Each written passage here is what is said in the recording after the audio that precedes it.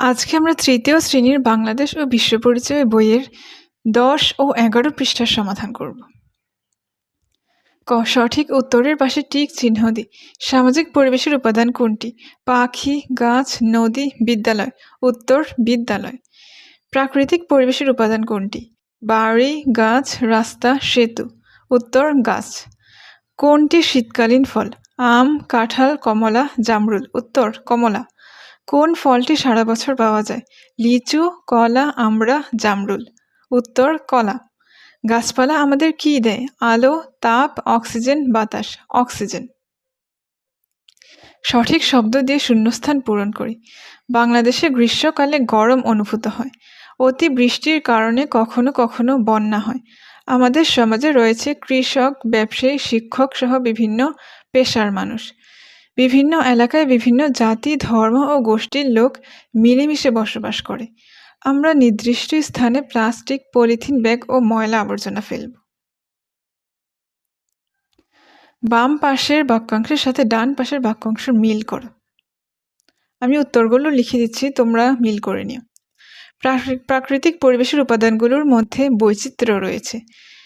নদ নদী, খাল বিল, হাওর বাওর ইত্যাদি প্রকৃতিকে করেছে বৈচিত্র্যপূর্ণ। অতি বৃষ্টির কারণে কখনো কখনো বন্যা হয়। অনাবৃষ্টির কারণে খরা হয়। সংক্ষিপ্ত প্রশ্ন ও উত্তর। ১. প্রাকৃতিক পরিবেশের কয়েকটি উপাদানের নাম লিখি। উত্তর: প্রাকৃতিক পরিবেশের কয়েকটি উপাদানের নাম হল মাটি, পানি, গাছপালা, পশু পাখি, খালবিল ইত্যাদি। সামাজিক পরিবেশ কি কি উপাদান নিয়ে গঠিত হয়?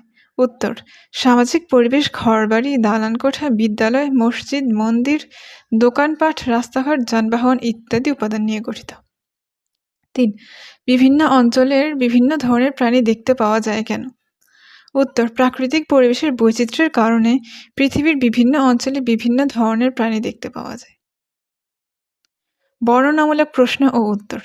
কিভাবে বৈচিত্র্যপূর্ণ প্রাকৃতিক পরিবেশ গড়ে ওঠে? উত্তর: বিভিন্ন উপাদান নিয়ে বৈচিত্র্যপূর্ণ প্রাকৃতিক পরিবেশ গড়ে ওঠে। প্রাকৃতিক পরিবেশের কোথাও সমতল, কোথাও রয়েছে উঁচু নিচু পাহাড় পর্বত, কোথাও সাগর মহাসাগর, কোথাও আবার নদ নদী, খালবিল, হাওর বাওর, নিচু এলাকা ইত্যাদি। কোনো অঞ্চল বৃষ্টিপ্রবণ, আবার কোনো অঞ্চল শুষ্ক মরুভূমি। কোনো অঞ্চলের আবহাওয়া গরম, আবার কোথাও শীতল। এভাবেই গড়ে উঠেছে বৈচিত্র্যপূর্ণ প্রাকৃতিক পরিবেশ। আমাদের জীবনে গাছপালার গুরুত্ব সম্পর্কে লিখি। উত্তর: আমাদের জীবনে গাছপালার গুরুত্ব অনেক। যেমন, গাছপালা আমাদেরকে অক্সিজেন দেয় ও কার্বন ডাইঅক্সাইড শোষণ করে। গাছ থেকে আমরা বিভিন্ন ফল, মূল ও কাঠ পাই। গাছপালা গরমকালে ছায়া দেয়, এতে ঘরবাড়ি ঠান্ডা থাকে। গাছপালা আমাদের পরিবেশকে সুন্দর রাখে। পরিবেশের বৈচিত্র্য সংরক্ষণ করা প্রয়োজন কেন? পরিবেশের বৈচিত্র্য সংরক্ষণ করা একান্ত প্রয়োজন, কারণ পরিবেশের বৈচিত্র্য হারিয়ে গেলে শুদ্ধ বাতাস, বিশুদ্ধ পানি এবং অন্যান্য প্রাকৃতিক সম্পদ পাওয়া কঠিন হয়ে পড়বে। এছাড়া বিভিন্ন প্রাণীর আবাসস্থল নষ্ট হয়ে যাবে, পরিবেশ দূষিত হবে এবং জীববৈচিত্র্য হুমকির সম্মুখীন হবে।